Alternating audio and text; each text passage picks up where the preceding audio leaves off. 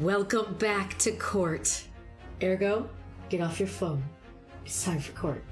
No, I'm subscribing to my favorite VTuber. Oh my gosh, who? Is it? It's Is it ProZD? It's hold on, it's not going.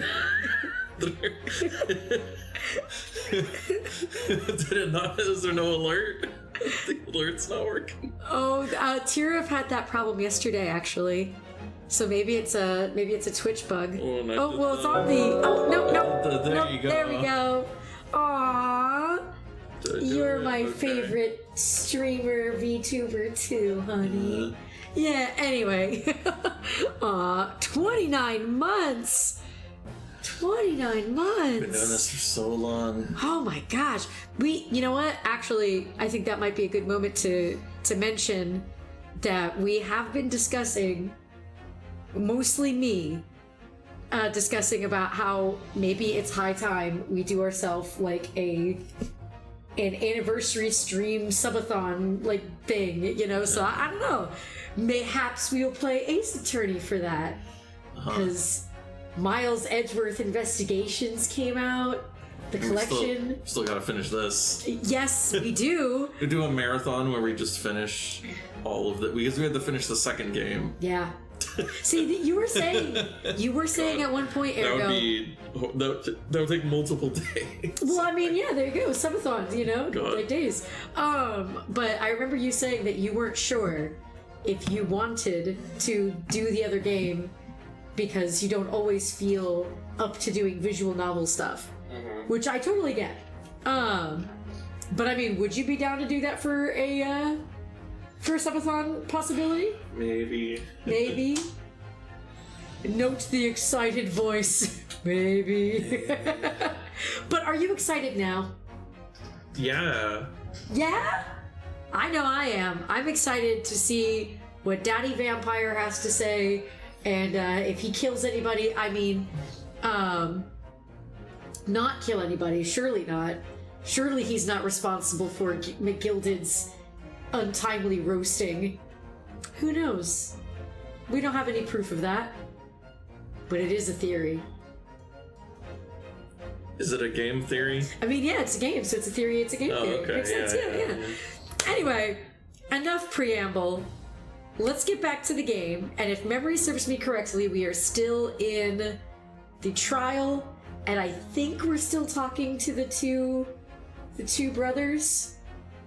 Maybe. Man, for people who are watching these like one after the other, they're probably like, duh, I know what's happening. But it's been like a month, so you gotta give us a little bit of grace here. Okay. Continue.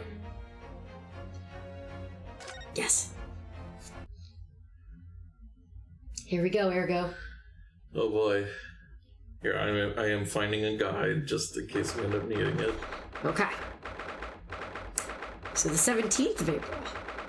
12:41 p.m. The Old Bailey. How wacky. Gina, how are you holding up? I'm starting to feel quite warmly towards her frequent cold shoulders now. Jenny, are you alright? Why aren't you saying anything? What's the point, eh? Why go to all this trouble and fight so hard for the likes of old me? What? Well, you saw it. That picture. What picture? You mean this? The photograph taken by Hurley's red-handed recorder. Well, I did think it would have captured a scene like this. Or, well, I didn't think it would have captured a scene quite like this. That's for sure. It's hopeless. Anyone who sees that's gonna think I did it, ain't they? Well, I won't pretend it wasn't a bit of a shock when the prosecution first presented it to the court. Surely you've got to have your doubts about me now. You can't still think I'm innocent. Of course I can. Jenny, why don't you talk to us? Tell us what really happened that night. Bruno's cleverly managed to piece together a lot of new information, but still, we'd really like to hear it from you. Alright then. Ooh, she's finally gonna spill. Whoa. Whoa. Are you checking to make sure the audio's working? Yeah. Okay. Is it? Yeah? Okay. It was after we had dinner together at your place, right, Iris? Then we all had a chat up in your office, didn't we? Yes, I remember.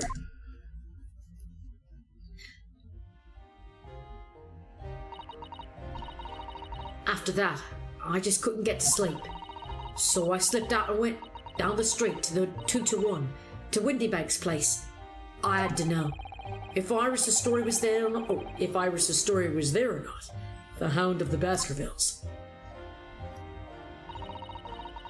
I don't know what it's about or nothing, but if you ask me, there's something in it that Sholmes don't like.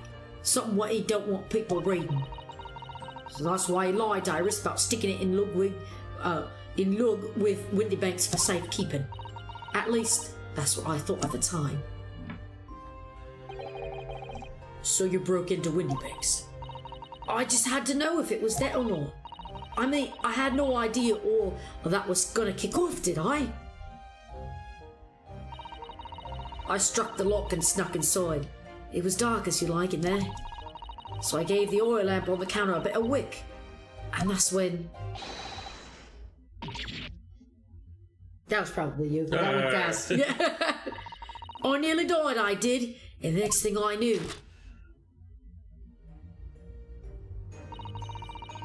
I'd grabbed the gun off the counter and was waving it in the air like, I don't know what.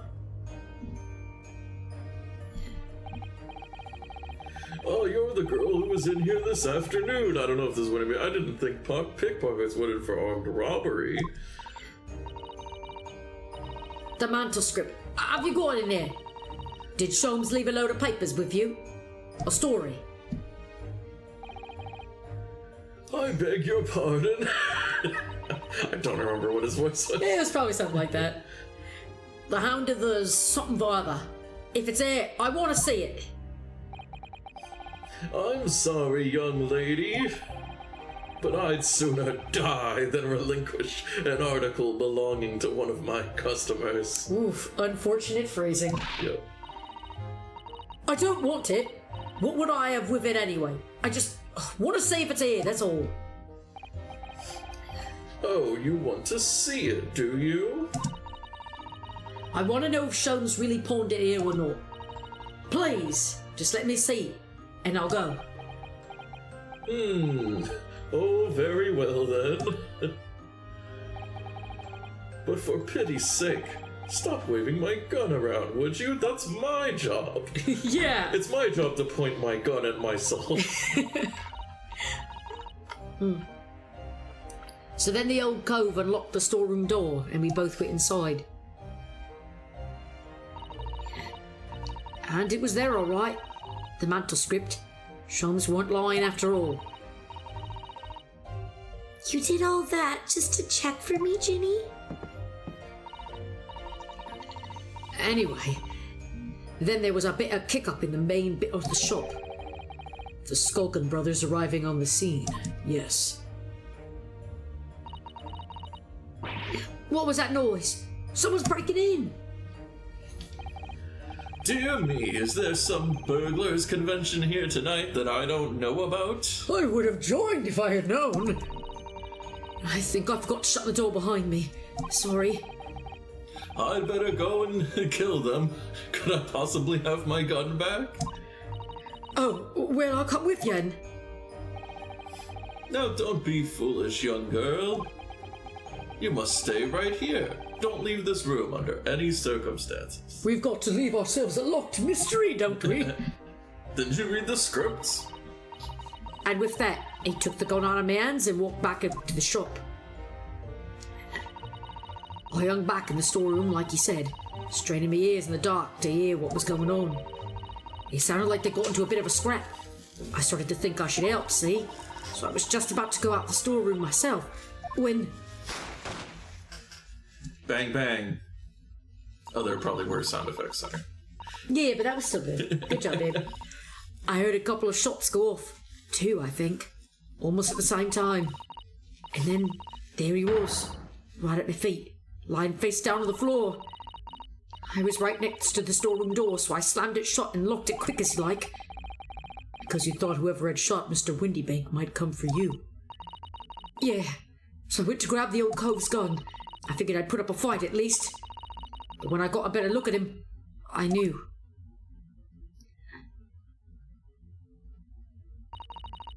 Windybank was a goner.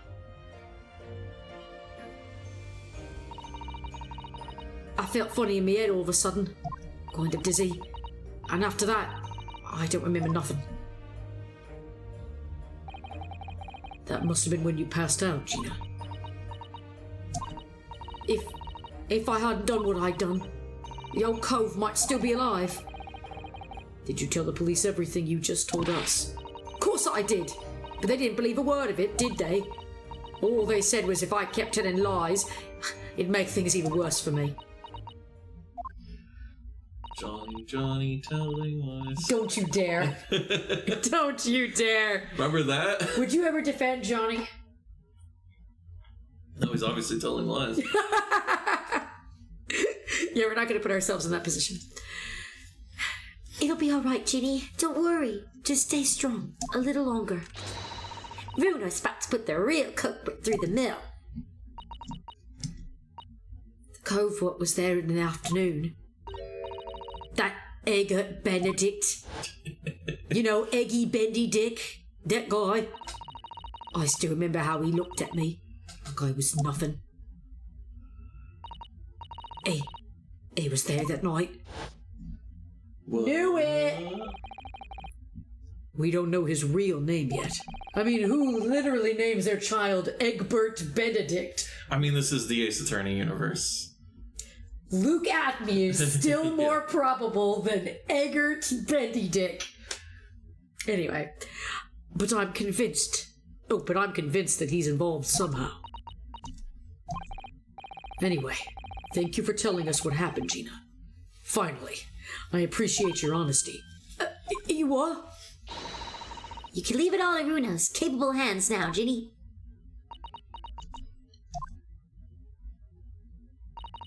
Mr. Nora Odo? Yes? How come you trust me? I don't get it. It's kind of my thing in this series. I mean, have you forgotten what happened here before? Come on now, it was only 2 months ago. Me and McGill did. We told you a whole pack of lies. And you got the bog trotter off with him, even though he was a killer. No, I could never forget that. Oh, I did what I thought was best at the time. But the pain of that error of judgment doesn't get any easier to bear. It took Phoenix, like, what? A whole 2 games before something like that happened? Yeah. Bruno just gets it right off the bat. Still, don't forget that I also made you a promise. I told you that I'd be on your side to the bitter end, no matter what. But what if I'm lying? You could be working to get another killer off the hook for all you know. I was once in your position, Gina. I was the accused in a trial. You were? Before I left Japan, I was accused of murder. And strange as it might sound, the circumstances of the crime were pretty damning. I was sure that no one would believe it wasn't me who'd done it. Oh, Runo. But there was one person who stood up for me, who believed in me, and was prepared to defend me. My best friend. My lover.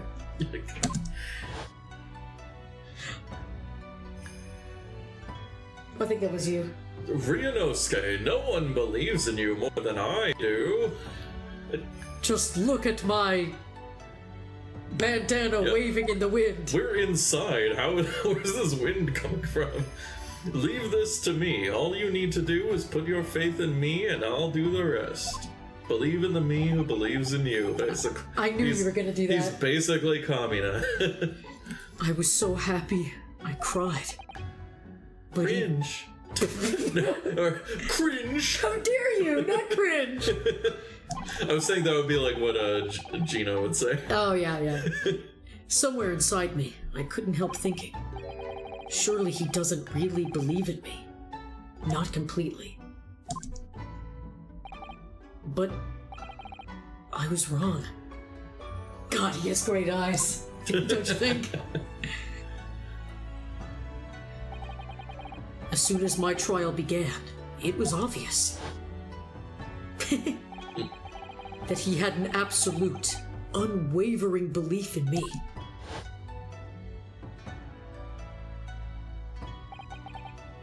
And in turn, I developed an absolute, unwavering belief in him. I mean, how could I not just look at him?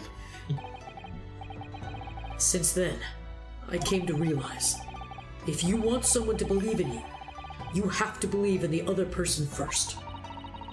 What are you saying? I promise you, Gina, that no matter what happens, I'll keep believing in you.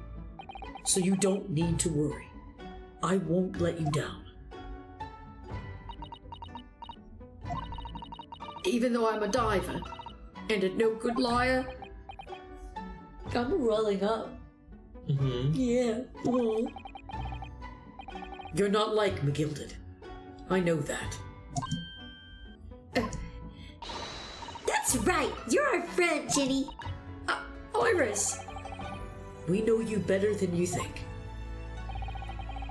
And we've come to the conclusion that you're someone we can trust. Yes, That's really all we need to know. exactly. Mr. Nara Odo,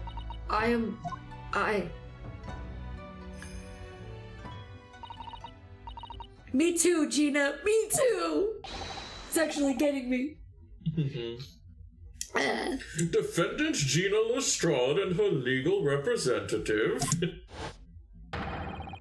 Court proceedings are about to resume. Please head into the courtroom immediately. Yes, of course. I'm not crying. Thank you. No more emotional moments allowed. Aw, Sir Icken. I was just taking a sip of water. Hang on. Oh, but Sir Icken, thank you so much for resubscribing for 17 months. Oh my goodness. You're amazing, friend. Like, not just for doing that. You're just amazing in general. So even if you did ever need to unsubscribe, you would still retain amazing status. You know that. But it means a lot. So thank you, friend. But how we're doing well. Ergo, I mean, I don't mean to speak for you, but are you doing well? Uh-huh. Yeah, cool. And we're playing Ace Attorney, so therefore it is a great day. How about you? What about you, Sir Icken? What have you been up to?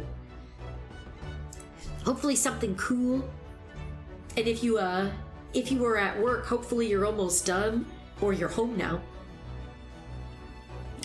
Ryunosuke, what are you saying? Hang on. Okay. I've been both a defendant and a defending lawyer in my time, so I know only too well just how hard it was to put all your faith in another. And I also knew just how hard it was to bear the burden of another putting all their faith in you.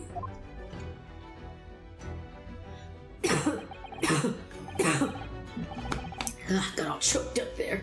I'm coughing. And right, I'm glad you can agree. Ace Attorney days are great days. I mean, it's literally called the Great Ace Attorney. Right? It's in the title. This is it at last. The final chapter. The final battle. Wish me luck, Susato-san. And I hope you're watching over me too, partner. See, he's not even... he admits it. Heck yeah. Good job, game.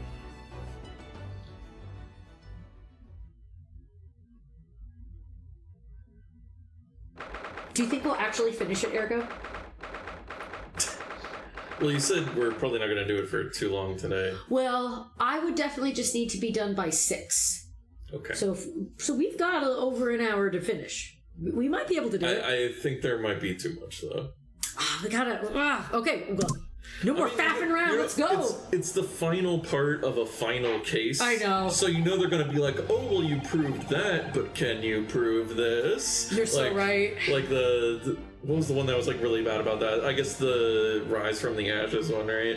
Like, yeah, probably. Where it's like you figure out who the killer is, but then you have to prove that it's the killer like 10 times in a row. Right, and oh my goodness, we have a raid. Ergo, would you mind doing a shout out real quick? Yeah. Thank you, Shobra. Thank you for the raid. From the shadows you do indeed arrive. You've come in at a great time. We just finished our recess where Gina told us the truth about what happened during the incident that she's being currently accused of dealing in. And so we're about to continue those proceedings. But I hope that you had a great stream. And if you need to do any self-care after the stream, like, eat or just relax and put away your phone or keep your phone on but take off Twitch, I totally get it. So no stress there. But yes, welcome to all raiders as well. If you're a fan of Ace Attorney, just be forewarned, this is the Great Ace Attorney. Ergo and I have taken a good minute in finishing it, so it's probably old news at this point, but in case you don't want spoilers, this is the last case of the first game. So just keep everyone informed on that. But it's nice to meet you all, for as long as you decide to stay. Alright. So here is Santa Judge. I call him Santa Judge because just look at him.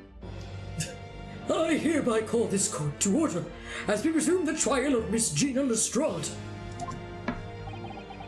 Lord Van Zeeks, have you successfully subpoenaed the witness? The subpoena was delivered to the communications station where the man works immediately, my lord. However, the heavy rain has delayed the arrival of his carriage, it would seem. I see. I know about heavy rain and carriages. It's always so difficult driving all those presents out when it's raining. Thank God for Rudolph. Anyway, what? Then let us turn our attention to Inspector Gregson's precise of the case heard by the court this morning. The glaring omission of the third bullet in your report is a serious blunder, Inspector. Almost naughty list behavior. Yeah, what are you related to Detective Gumshoe? I don't know. That would be great. Making Everyone mistakes. loves Gumshoe. Yeah. But he's not the best at his job. I mean, you're not wrong. I feel like so far Gregson has been more competent. A little bit. I don't know. A little bit more, perhaps. Yes. But anyway, speaking of Gregson. Okay, right. It's Sean Connery. Do my bad Sean Connery. Yeah, there you go. Yes, I can only apologize, my lord. And although the defense's chemical analysis of the blood at the scene makes for a compelling argument, I cannot permit such untried methods to be used as evidence in my courtroom. It's a big mistake to cross Hurley and me. A very big mistake. This is called a threat. Are you threatening the judge? My lord, the subpoenaed witness has just arrived in the building. Thank you, officer. Show him to the stand without delay. Mr. Eggert Benedict. What a name. I didn't expect to be crossing paths with him again so soon. And certainly not like this. His real name is... It's the boys! Yep, And that bitch! they're still here. Oh my goodness! Aw, Shobra! You didn't have to do that. Well, you're so very kind. Thank you for the gift sub, and I hope that Crocorono enjoys it. Thank you so much for doing that. You're such a kind friend. Big high fives to you. Santa Judge agrees. Yes, very good job, Shobra. You are definitely on the nice list. You already were, but just to confirm it, you definitely are. Anyway, thank you for complying with the court's subpoena at such short notice, sir. Oh god, am I him? I mean, you can be. so. If you want me to be, I can. I think I was. What, was I just... British? And hang on, Shobra was saying, unfortunately I must take my leave for now. The tension in Ghost Trick is most palpable and taxing. Oh, you were playing Ghost Trick! Oh, I need to play that, because also Ace Attorney people. That's awesome. But yes, no, I totally get that. Go and relax, Shobra, and thank you again for the gift sub. Mwah! Big kiss, platonic kiss, of course. Don't worry, Ergo. To you. Thank you so much, Shobra. We appreciate you. Gotta get you to stream Ghost Trick at some point. Yes, I want to. I want to stream it. Alright. Anyway. I appreciate the kind words from both of you and Santa Judge. Your voice acting efforts do not go unacknowledged. You're both performing admirably. See, Ergo. I think as you put it, you're bad, Sean Connery. I think it's good. I like it. Okay. Yeah, but yes, bye-bye, Shobra. But of course, my lord. That's just the voice that came out. I love it.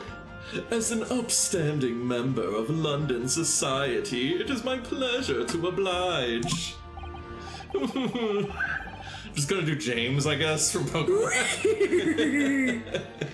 Now, kindly state your name and occupation for the record. Ashley Graydon, Communications Officer.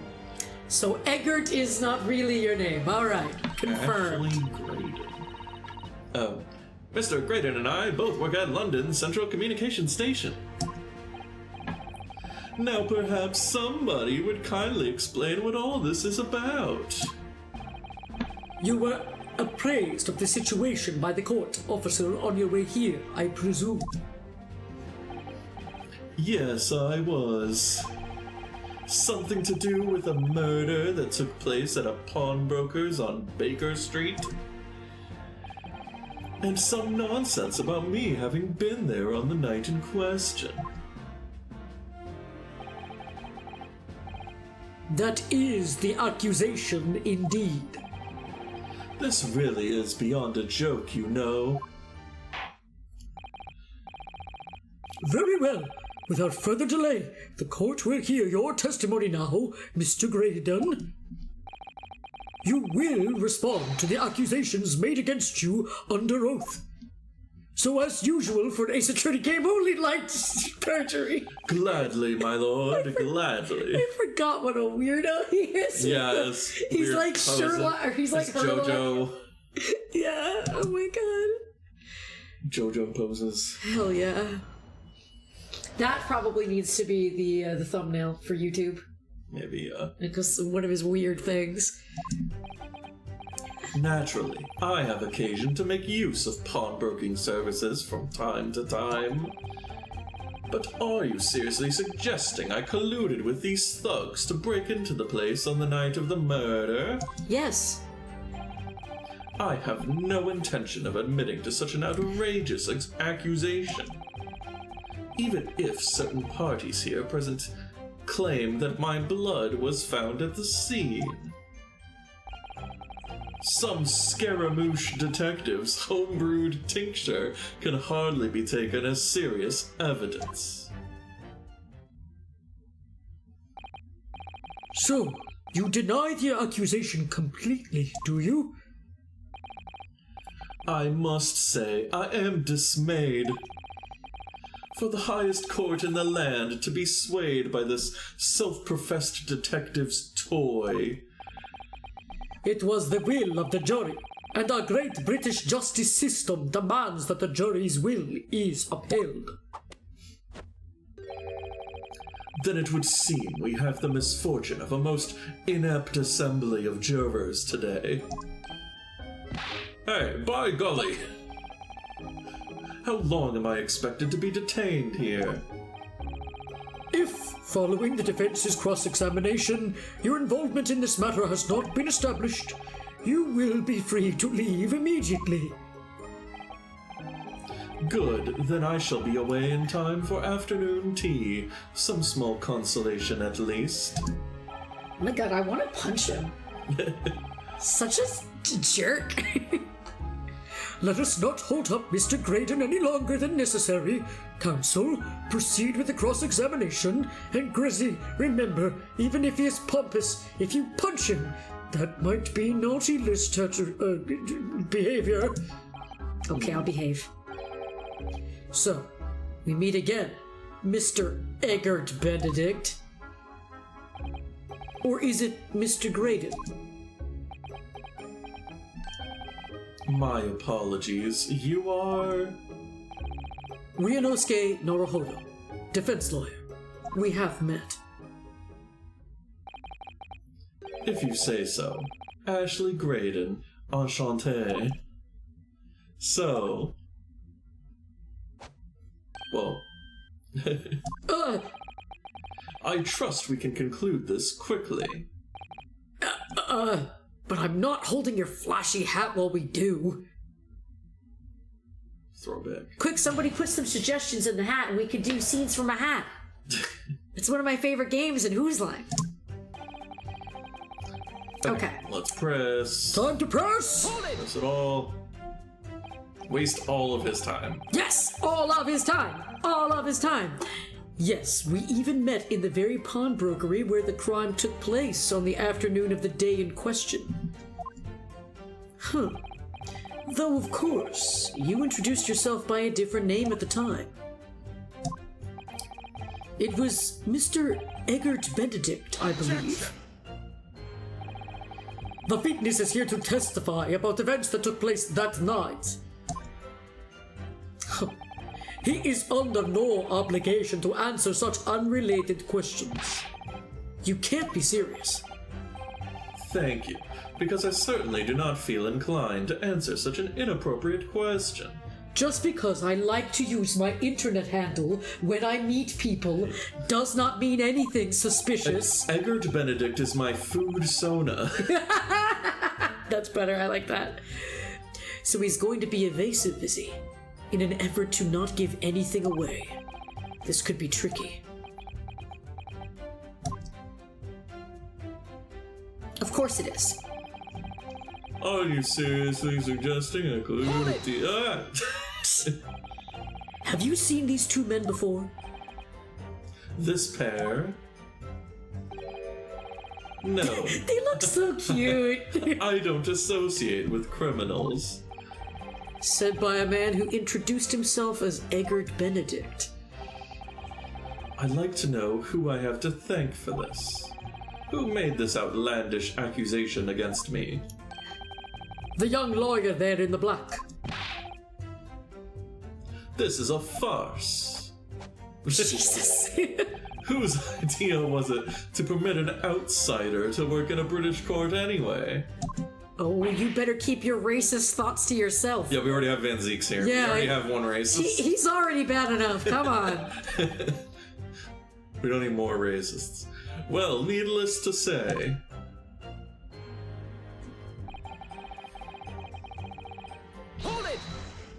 Oh, you don't have any intention, but where were you at around 1 a.m. on the night in question, sir? That is past the hour at which I would normally retire. Certainly. I was not in the company of these rapscallions. You're able to prove that. Objection! This is an Ace Attorney game. Remember, it does not matter. You have to prove it. Listen carefully, my learned Nipponese friend. For you appear to be under a gross misapprehension on this point. What do you mean? The witness maintains he was not at the scene of the crime. He has no obligation to prove his absence. Which, as we know, is idiotic as fuck, but still... If your accusation is what the witness was present at the scene, the obligation lies with you to prove your assertion. Right, Sir Iken? I love the little blushes between the not Waluigi and not Wario of this game. You will fulfill that obligation before putting any more unreasonable questions to the witness. Again, I will maintain my belief that it is not unreasonable to ask, can you prove that you were at your house asleep at 1 a.m? Yeah, we're just asking. Because any criminal could lie and go, yeah, no, I wasn't there. You're gonna say, do you have proof or not? Right? A silent victory wiggle. Victory wiggle. Love it. Heroes are in parties. Blood was found at the scene of the crime. There's no question of that. Great. Mr. Sholmes's chemical analysis has positively identified the substance as such. But I am not the only human to have blood running through my veins, am I? How can you be sure that the blood is mine?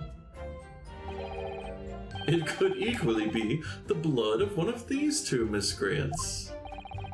Every individual's blood has a slightly different composition, it seems. Mr. Sholmes's chemical is able to differentiate. Spare me the science lesson. Who is this Sholmes character, anyway? Oh, I assumed all Londoners would know the name. He's a renowned detective. So even you are unable to bring yourself to say great detective. A great detective, you say? Now we're in the realm of fairy tales, are we? Detectives only exist in stories. The counsel for the defense thinks a British courtroom is an appropriate place for fairy tales, does he? Ugh. This is so unfair. The chemical test is based on solid science. Hurley and I know what we're doing. The trouble is, unless the technique can be independently verified, we'll never get beyond this man's flashy stick waving. Granted, it is a very colorful alchemy. Equivalent exchange, all that? Perhaps it would make a good souvenir for your uneducated friends back home in the East. Jesus. Ryunosuke's like, bitch, let me jump over this counter! Something riled him there, just for a moment. Mr. Graydon let his feathers get ruffled. But a souvenir is all it's good for.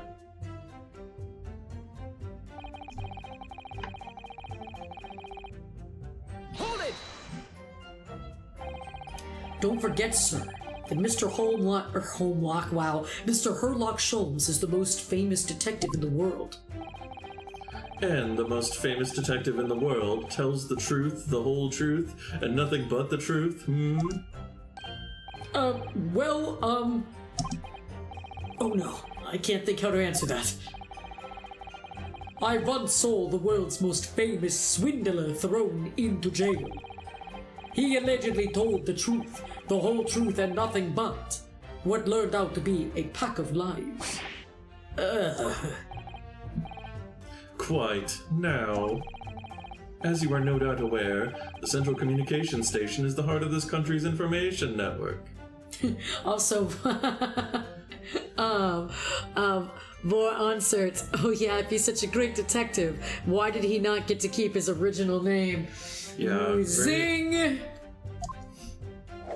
I don't know why they did that too, because I think He's in the public domain, we right? mentioned, Sherlock Holmes is public domain. You I don't know, it's probably because it's Ace Attorney and they thought that'd be more funny. I guess, yeah. Yeah, I'd be down with that. They give everybody weird names. Hell I mean, yeah, they Sherlock do. Holmes is already a weird name. sounding name. Yeah, it's true. But it is funny. Either way. My work there is of paramount importance, and you have kept me from it long enough already. Do you know how many raves I'm missing right now? Clearly. At work? Yes! That's what I do at work. It's Rave Friday. That's all he's going to say on the matter, is it? What do you think, Bruno? I think he has no intention of telling us anything. He's well aware that the less he says, the less chance he has of giving himself away. The complete opposite of Hurley, then. He seems to think that the more he says, the better. I need to find a way of getting more information out of this man somehow. But compared to the bungling burglars behind him, he seems as innocent as a child.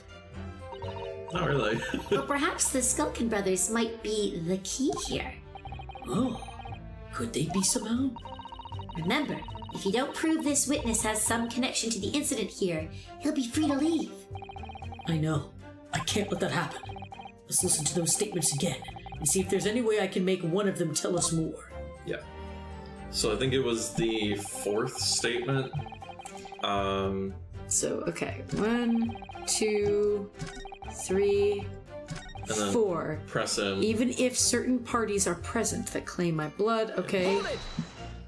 During this, I think one of the Skulkin brothers had a exclamation point. Okay. Blow us out of scene.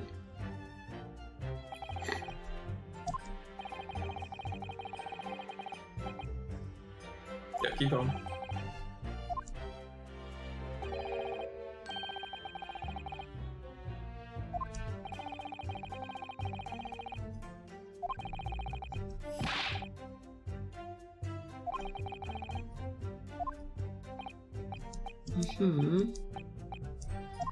Renowned detective.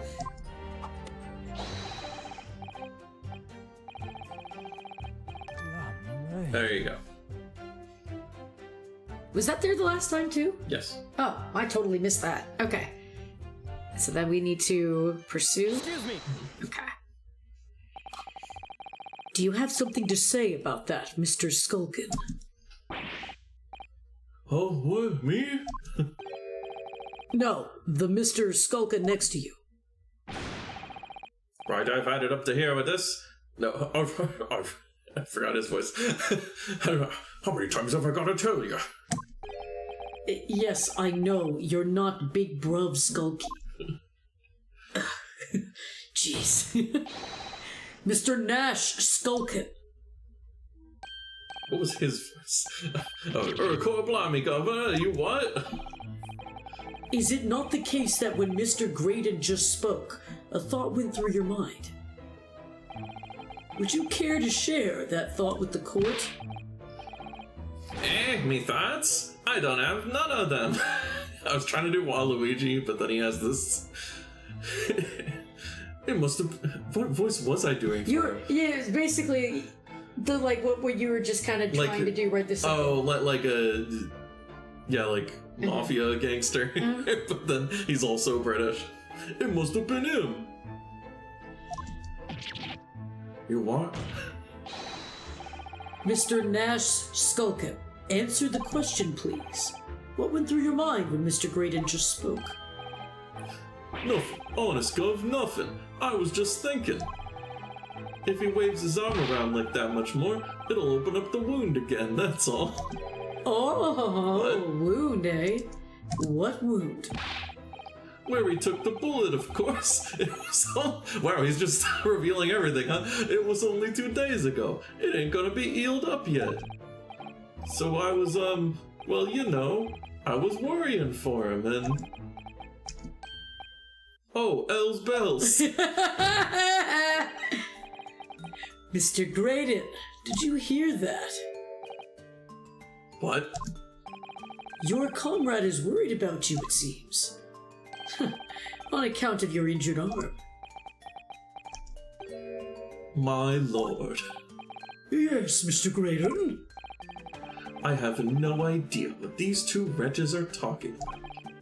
Certainly, I shouldn't be expected to answer anything in relation to their mindless insinuations. We know that someone other than the victim was hit by a bullet at the scene of the crime 2 nights ago. And from the height of the bullet hole in the wall, that person was likely hit in the upper arm or thereabouts. Perhaps you'd allow a court official to examine your arm, sir. The left arm that you're currently clasping with your right hand as if in pain. And maybe scream like Von Karma really loud as you have flashbacks about murdering Miles' father. Spoiler alert. my bad. No, I refuse. I've never played the original trilogy. You have shown no evidence whatsoever that links me to these common thieves. Accordingly, I am not obliged to permit any such invasion of my privacy. As I've already said, I'm completely uninvolved in all this. I've never had anything to do with the pawnbrokery where this fellow was killed whatsoever. I take offense at the insinuation that I was in any way involved. You claim to have had nothing whatsoever to do with Mr. Windybank's pawnbrokery. My lord, the defense would like that last statement to be added to Mr. Graydon's formal testimony. Very well, counsel. So that I can press it. Press it. Continue with your testimony, Mr. Graydon. No. Yeah. Press that shit. But we know he has. But can we really prove it? Never had anything to do with it, huh? You forget that I was there, Mr. Graydon, on the very afternoon of the incident. Obviously, I am not a complete stranger to the pawnbrokers. I'm currently on the lookout for an armchair to finish my study. No, you were there to redeem an article. I have no idea what you're talking about. But I think Gregson does. Let's pursue that. Do you have something to add, Inspector? Come again, sunshine? You were there too, in fact, weren't you, Inspector? That afternoon. Well, yes, I do remember meeting yourself and the pawnbrokers that afternoon. You, your young Japanese assistant, and the accused were all present, as I recall. And at that time, this witness, Mr. Graydon, was trying to acquire a particular article. Well now. I'm afraid I don't remember too clearly. But come on, Gregson. What? But you must. I'm not going to lie and pretend I remember something that I don't. Do you think he's hiding something? I don't know, I guess he was there for that whole thing. He right? was. What's going on here? Maybe he's been, like, threatened or something. That's what I was thinking. Gregsy showed us a picture before, didn't he? You know, from the cameras that Hurley installed in Windybanks. Yes, of course. Indeed, and the gentleman pictured bears a striking resemblance to the witness, I must say. Yep. Exactly, which proves that Mr. Graydon was in the shop on the afternoon in question. At no point have I denied that fact. Oh, hello, Punch. It's good to see you. Hello. How are you doing? See, we both appreciate any praise towards the voicing, so we appreciate that. I think Ergo's doing a great job. You're Sean Connery and Even with our month-long breaks in between. right. But yes, but I hope that you're doing well. By the way, Punch, how are you? Hopefully, you're doing better than Graydon. He does not like this this little detour in his life. It's about to make things very difficult for him. Gasp! I merely entered the shop to peruse the articles on sale and have a word with the broker. You know, I wondered when you said that initially, Just two Punch, of if you. you thought I was... Yeah, no, Wow. Ergo's here too. Ergo is here as well. Yeah, He's that would be provided pretty many impressive clues. if she could just... Just do that. Heck go yeah. back to you. That would be incredible. But here, did you say that already with Graydon? Yes. Oh, okay. I wasn't paying attention. My bad. Nothing more. Munch, munch, munch. This makes no sense. I understand why Mr. Graydon might be trying to cover his tracks. But why would Gregson be trying to avoid giving testimony about what happened? That's all he's going to say on the matter, is it? What do you think, Bruno? I think he has no... Okay, Oh, We know.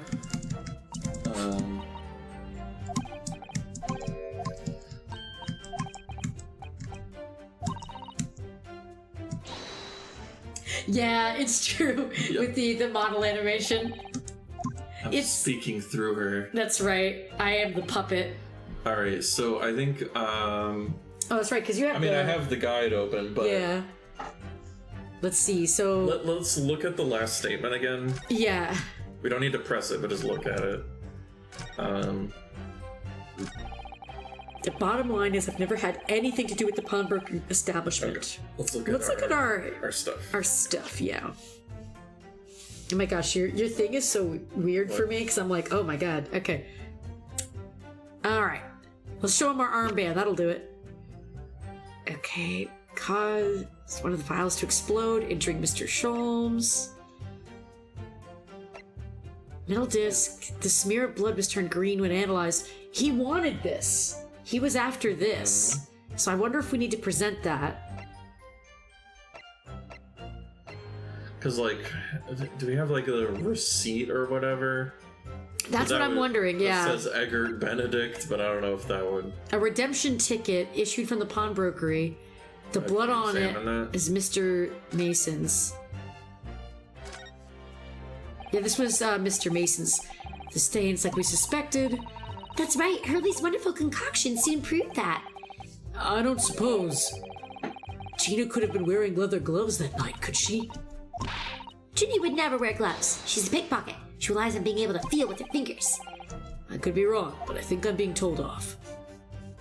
Oh, what's this, like, signature? Whoa! Oh god! Ah! Oh, we can't... Oh, there.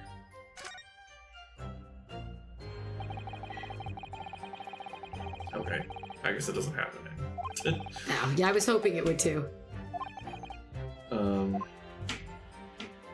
Yeah, I guess let's look at the music box disc. Okay, yeah, but hang on, just double checking.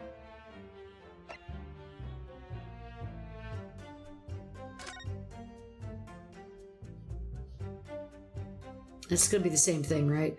Mm-hmm. Should be.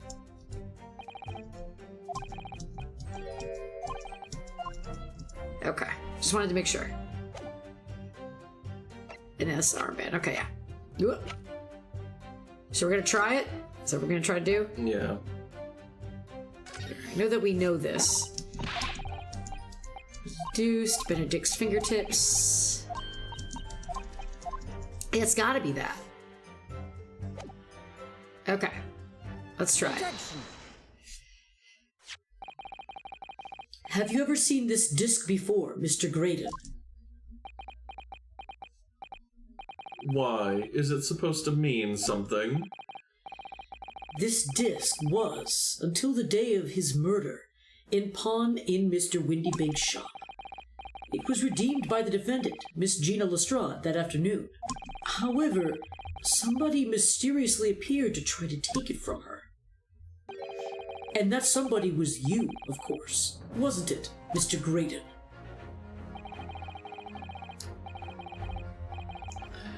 As I have reiterated numerous times now, you are mistaken.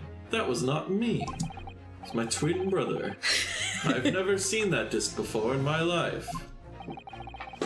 Well, it's weird because he keeps saying like, oh, that wasn't me, but also, yes, I was there, like... Right? Which is it then? It may have escaped your notice, but there is a small smear of blood on the disc. Oh yes, resulting from an abrasion of the thumb, perhaps. That's right. The surface of the disc is covered in hundreds of tiny metal bumps. In the skirmish to acquire the disc, the thumb of the person who tried to take it suffered minor lacerations. Huh. So, while the disc bears the remnants of that skirmish in the form of this smear of blood, the thumb of the person in question must bear the remnants also, in the form of a scratch. Good gracious, indeed it must! That is logically how things work! Wait, he won't let us look at his arm, but can we at least just look at your thumb? Mr. Graydon,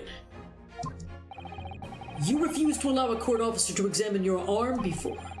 Are you now going to refuse to allow us to examine your thumb?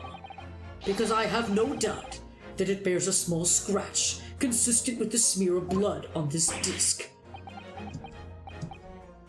Well, well. It would seem I underestimated you. What is the meaning of this? So, you admit it now.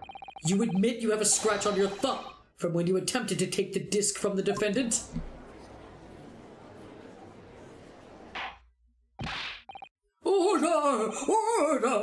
Well, Mr. Graydon? It would appear there has been something of a misunderstanding here. I did not attempt to take the disc, as you put it. No, quite the reverse. What are you trying to say? It's really quite simple, you see. The disc was mine from the outset. Is there some crime in taking an item that you own out of pawn? What? It would seem, Mr. Graydon, that in this piece of evidence, my learned friend has established a link between yourself and the incident. Accordingly, you will tell the court everything you know about this disc now.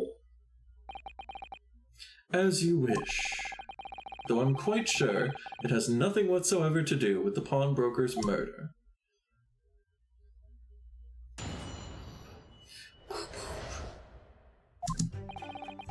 There's a note on the disc saying "For McGilded," but the item belongs to me. The redemption ticket... What are you doing? He's got me all jazzed, so I'm like, I'm moving around a lot with my arms, so... Anyway, go ahead. Don't get distracted. Go ahead. The redemption ticket was stolen from me by the accused, that filthy gutterling, on the day in question. I proceeded at once to the shop in order to explain my situation and redeem my article. In the end, of course, it doesn't even matter. The disc was taken by the police. In other words, I had absolutely no reason to break into the shop later that same night. Did I hear you correctly, sir? McGilded, you say?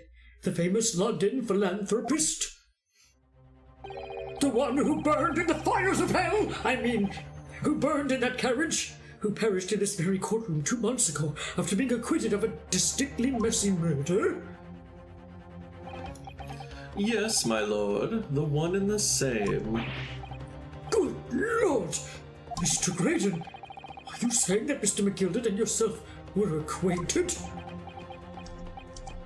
Yes, that's correct. We rich people know each other.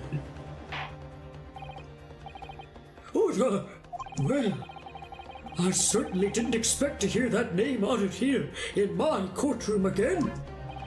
Especially since I put that sign up that said, "Don't say McGilded." My God, I hate that guy.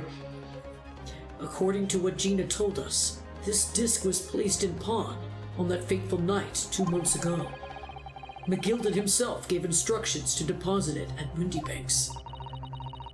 It's funny that Mr. Graydon here is claiming the disc belongs to him then, isn't it?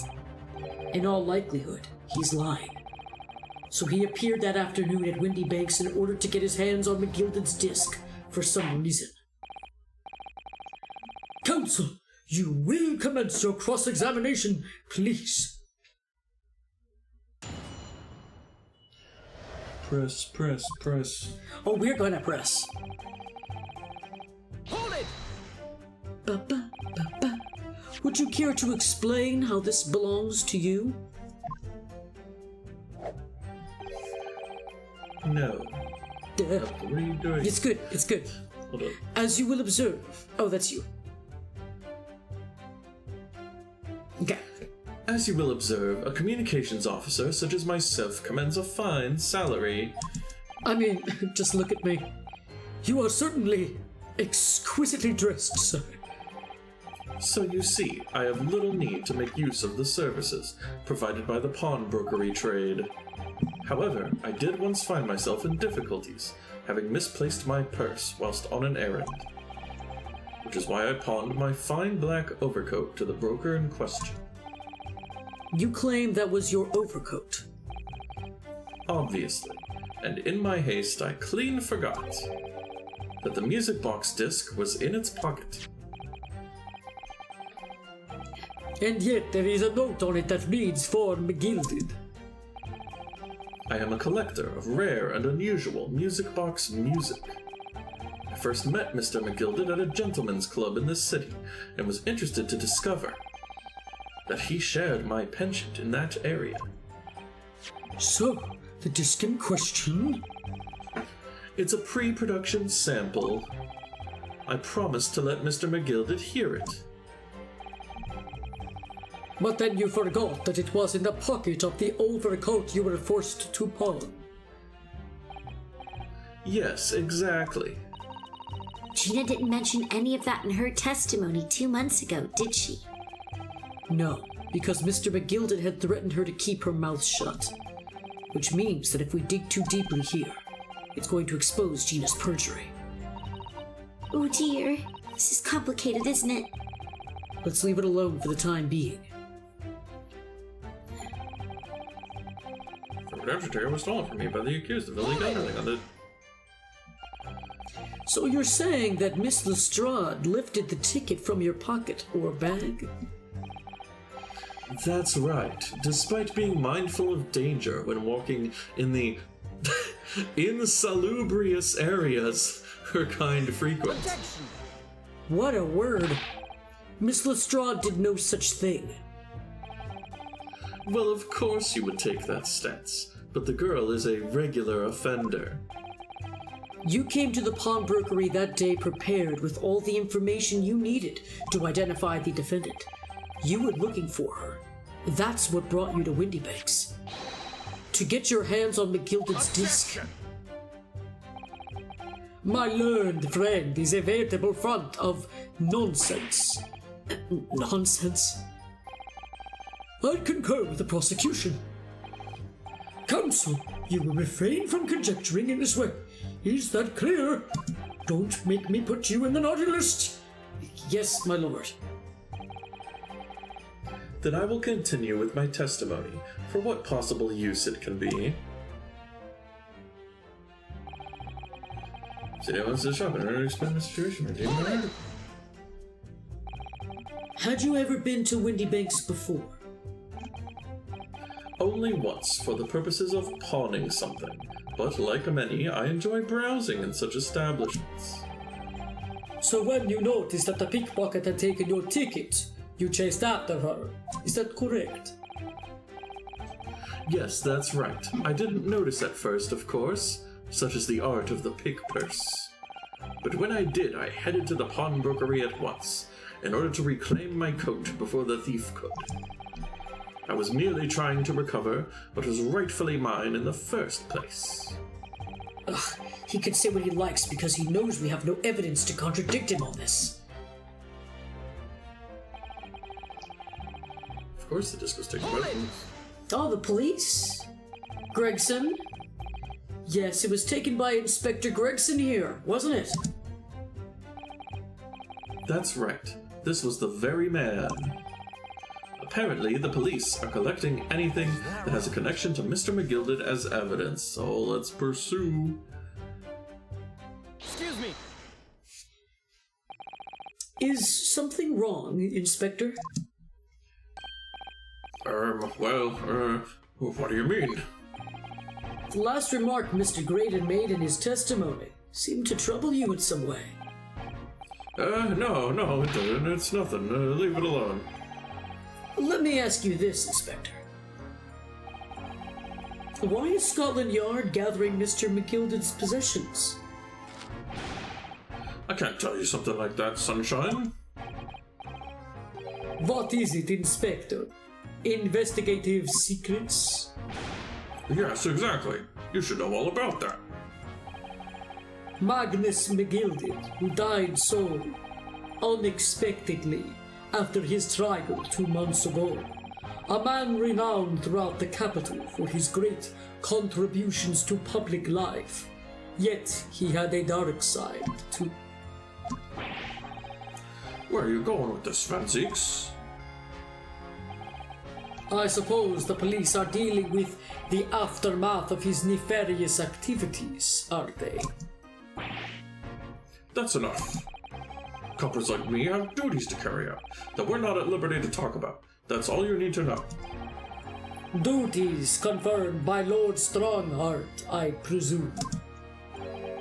The Lord Chief Justice appears to have great faith in you, Inspector. Put my chips in my pocket. The bottom line is, if you want to get more out of me, you're gonna need Lord Strongheart's paw print first. I knew it! He's a furry! What's all this about? A paw print? He's an animal? It's like there's something going on between Gregson and Lord Van Zeeks here. Lovers' quarrel? Well, it would appear that the inspector has revealed all he is at liberty to reveal. Mr. Grady, let us return to your testimony. Gladly, my lord. Okay. That's absolutely... Oh, hold on. Yeah. Looking at your notes there, sir? Looking at your court record notes? I shuffle my papers. Mm-hmm. So this is the reason to break into the shop later this same... Well, still should press that, shouldn't we? Oh, right, because we were pressing the last one. Yeah. But perhaps you'd seen something of value among the forfeited items. No, not at all. Oh. That was quick. A valuer was brought in by police to assess everything in the shop. Without exception, every article on the shelves was common or garden bric-a-brac. In that case, it's clear that you broke into the shop later that day in order to recover Mr. McGilded's disc. Have you not been listening, man? Even if I had wanted to recover the disc, you may recall that it had been seized by the police that afternoon. It was no more in the shop that night than I. As I keep saying, I simply had no reason to break in. So there was nothing of Mr. McGilded's left in the shop that night. Nothing this man might have been after. I wonder if that's really true. Is that really true? Bruno, if you have some evidence, then let him have it. I'm dying to see that irritatingly assured expression of his crumble. Okay, do we have Mr. McGilded slipped the disc into his coat pocket and had it deposited at Windybanks. Then, when he realized he was going to be arrested on suspicion of the omnibus murder, he threatened Gina and forced her to take the redemption ticket. There's no doubt about it. That witness is lying through his pearly white teeth. The police were obviously after anything left behind by McGilded as well. That's why Inspector Gregson ended up taking the disc into custody that day. But Gregsy's been very strange about all this. There must be a reason for that, I'm sure. I just don't know what it is. For now, I need to focus on exposing the fact that Mr. Graydon is lying in his testimony. Okay, so let me see real quick. Look at our stuff. Anything that McGilded had. Okay. Redemption ticket. Paperwork signed by Gina. Here, what was the redemption ticket? Well, that's the same stuff that we had. Well, that's for the box. Yeah, one small box.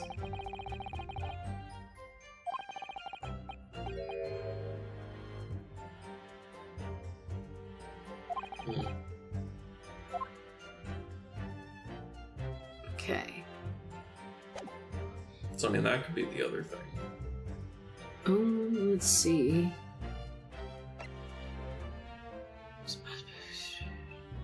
Hound of Baskervilles. Is it? And this is the same ticket. Or, well, that's the code. Well, that was the code which had the disc in it. Yeah. So he got the code.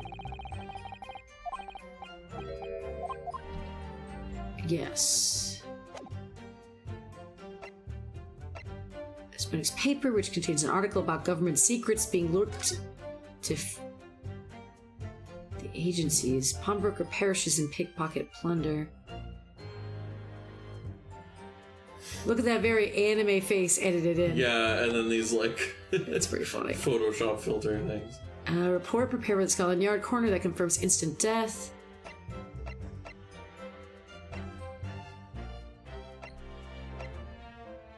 A fold-up device that allows anybody to see through the looking eyepieces? No. Yeah, I guess it's the only thing. Yeah, do your notes say anything different? Yeah, that's it. That's the one? Okay. But you not here on the final statement. Okay.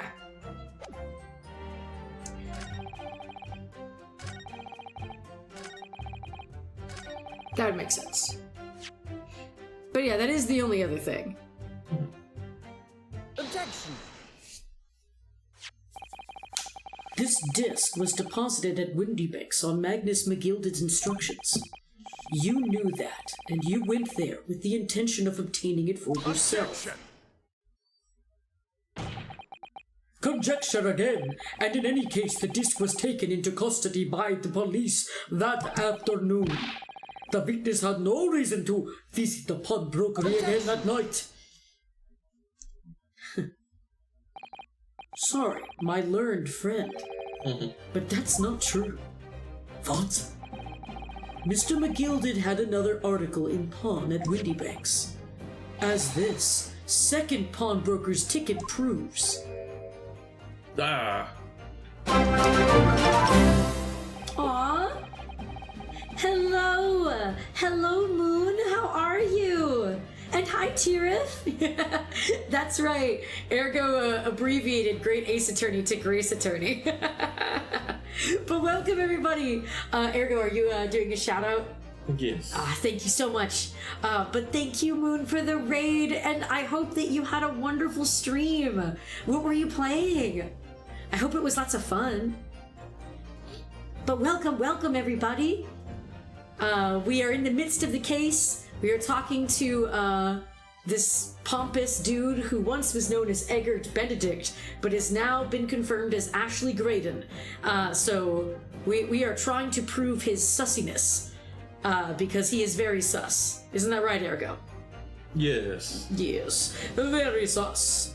Oh, and you were playing Space Marion 2. Ooh, that sounds cool. Have you ever played it, Ergo? I played the first Space Marine. Oh, yeah? Cool. Yeah. Awesome. Well, I hope that the sequel is super fun, because you liked the first one, so did you not play the sequel then? No, it just came out. Oh, okay. Well, maybe one day, and then you can get some tips from Moon. Mm-hmm. Yeah! But, speaking of tips, what about these articles? I wonder. There were 2 articles belonging to Mr. McGilded in Windybanks Pawnbrokery. Tip, don't die. Keep that in mind, Ergo. Okay. Just don't die in general. And the reason you broke into the shop that night was to recover the second disc. Point! Together with your 2 accomplices, the Skulkin brothers.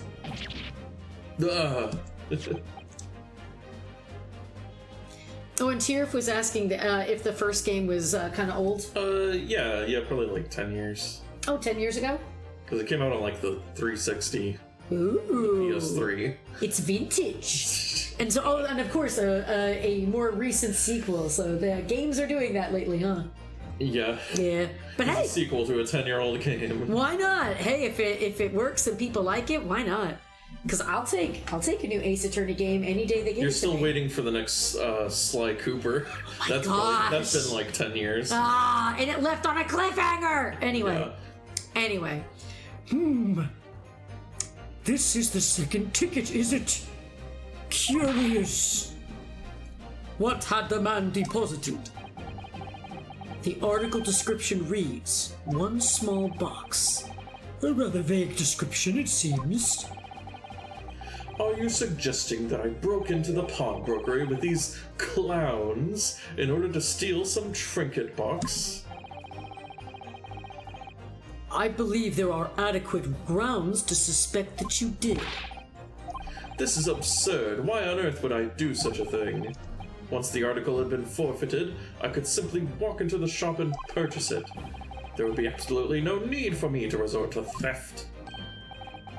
That's a good point. Well, guess the game's over. Indeed, the witness makes a solid argument. So that means that for some reason, this Graydon fellow needed the small box that very night, does he? Objection! It's time to put an end to this nonsense, my lord.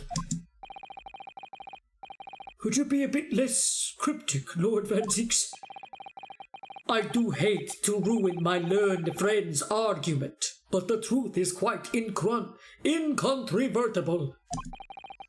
On the night in question, no small box was taken from Windybank's pawnbrokery. And rest assured, the prosecution can prove it. What? Good gracious, my wig fell off again. Inspector, show the photographic prints to the court, if you please. Yes, sir. And Tirif was saying earlier that they think Warhammer has come back in style, so they probably bring back some of the classics. Yeah. Is Warhammer from that game? Yeah, it's Warhammer Space Marine. Oh, see, I didn't know that. That's cool. Or Warhammer 40,000. Yeah, that would make sense. I hear a lot of people talking about Warhammer, so that tracks. Just like, what prints? Prints track? These prints were taken from one of the detective's security cameras. Egad. Hurley's red-handed recorders again. As previously explained using this plan of the shop layout, the victim's establishment was furnished with automatic cameras in 2 locations. One was set to capture the counter when Mr. Windybank received his customers, and the other was set to capture the shelves on which the articles were placed for sale once forfeited. Two cameras. Count them! Not 3 cameras! According to the information on this ticket, the gilded small box had been forfeited already, 2 days before the incident, at 9 p.m. on 13th of April to be precise. 2 days after Ergo's birthday. Well, it was Ergo, which means it would have been on the shelves of forfeited items in the shop front. Now, what I have here is a print taken by one of the cameras about 2 hours before the incident. That's at 11 p.m. on 15th of April. Yeah, where his chips at? I agree. The victim certainly had a very full shop, it would appear. And then here we have another print. This one was taken about 2 hours after the incident. I see. So we have 2 pictures to compare. Count them, 2. 1. Ha ha ha. Ho ho. 2. Ho ho ho. Though I must say that placing them side by side leaves me cold. Oh, I bet we're gonna have to go to the fanboy who loves these things, because we have 2 photographs. Yeah. I'm just seeing if I can see any differences. Dear me, that's starting to make my head ache. Obviously, at Scotland Yard, we considered theft as one possible motive in this case. We explored the possibility that something had been taken, in addition to the victim's life. So your men have already compared these 2 prints thoroughly, Inspector? Yes, sir. Tirif, you spotted the fries! Yes! job. The chips have been located. What if the fries are in the photo? He left them there. We counted every single item in each of these 2 photographic prints. And the Yard's conclusion is that exactly the same number are present in both. Oh, but it doesn't mean the same items were there. In other words, nothing was taken from the pawnbrokery on the night in question. And my learned friend's assertion is nothing more than a hopeful fantasy. Dead. I don't believe it. If I could have just shown that he'd stolen Miss Gilded's pawn box. God damn this fucker. I might have been able to break him down at last. You know what, Bruno? I think you need to slap him. I've been thinking. I wonder if these 2 photographs really are exactly the same. What? So, counsel, in the light of the evidence put forward by the prosecution, what is your position? It seems that, in fact, on the night in question, Nothing was stolen from the victim's establishment. Do you accept the prosecution's assertion? I don't know. Could there be some hidden discrepancy in these two photographic prints somewhere?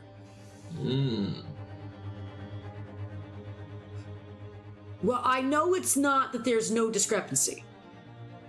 Do I have to use a piece of evidence, Ergo, or do I Yes. need... Okay. I wanted to get it right on the first try here, so okay, we're going to use a piece of evidence. Let's figure out what it is. Before I give my answer, my lord, I'd like to try something if I may. Try something? What do you mean, counsel? I'll need to use a certain piece of evidence from the court record to identify the discrepancy.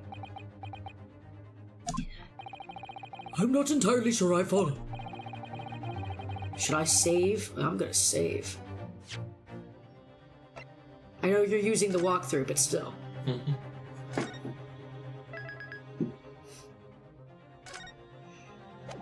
Okay. What piece of evidence do you intend to use to help you identify a discrepancy between the two prints? Oh, is it this? Is it this? Yep. Okay, thought so. No. We're just gonna look at it. Go back! Go back! You clicking on it? Z! Alright. Go back! There we go. I was like, ah! Okay. Present! Right, Tirith? Ashley Graydon in his shimmies. They're both hilarious, but also so gosh damn condescending.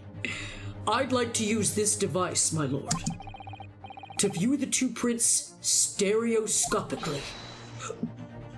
Ooh! Yes, you've caught the bug at last. You can't resist it, can you?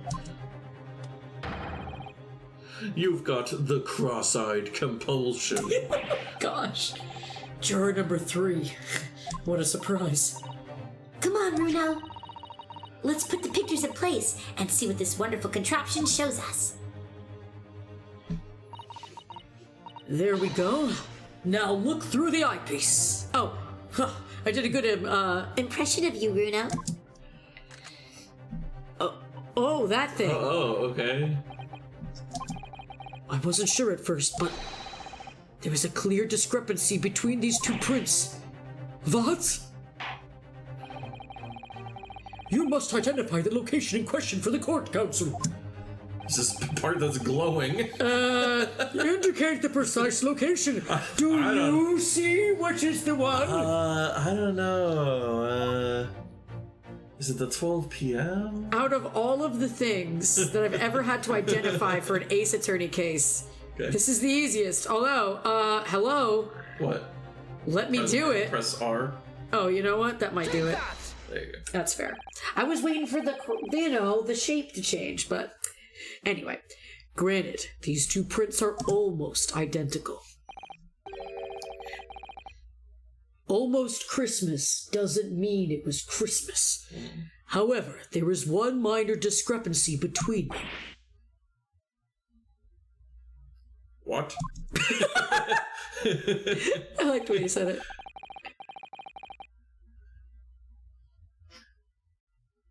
What exactly? Yeah, the box is there. Yeah. When you view the two pictures stereoscopically, Uh-huh.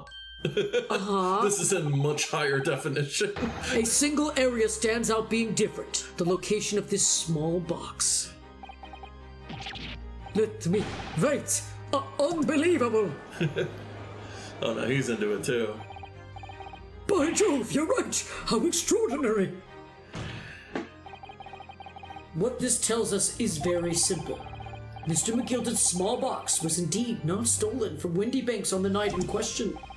However, there can be no doubt that somebody picked up this particular box and then returned it to its place on the shelves. Yeah, what was it in like just a slightly different position on the shelf? I Is think that so. What it was? I wasn't sure like what it was. I'm glad the game made that obvious, Yeah. because otherwise we'd be like, "What? I don't see anything different." Are you suggesting that the small box originally deposited by Mr. McGilden is in fact... Yes, the very same small box I just identified in those photographic prints. Mindless guesswork. What if it was? So a box was moved on the shelf. Nothing was stolen, which means quite simply that nothing has changed. That may be true, but... Boxes have things in them. Yeah! Alright, Mr. McGilded's box wasn't stolen then. But doesn't that fact that it was moved like that change things? I mean, I'm assuming in an Ace Attorney game we have to say it changes everything. Yeah. Changes everything. I believe this changes everything about the case. How can that possibly be? The crucial point is the fact that what was moved was a small box. In other words, we have to consider what might have been inside that box. I love that his art, like, this guy, he's always posing in weird ways too. What are you suggesting?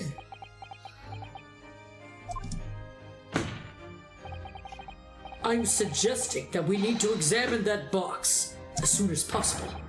A vital piece of evidence is sitting on the shelves at Windy Banks as we speak. Objection! That won't be necessary. Some little box belonging to a man who died 2 months ago can't possibly be relevant to this trial. Despite all of the connections that... Oh yeah, hey, the judge is on our side. The court does not uphold your objections, Lord Van Zieks. Do you remember? I checked my lists twice, gosh dang it! Bailiff, arrange for an officer to go to Baker Street at once. Obtain the small box in question and bring it back here for further examination. Thanks, Judge. Good job, Judge.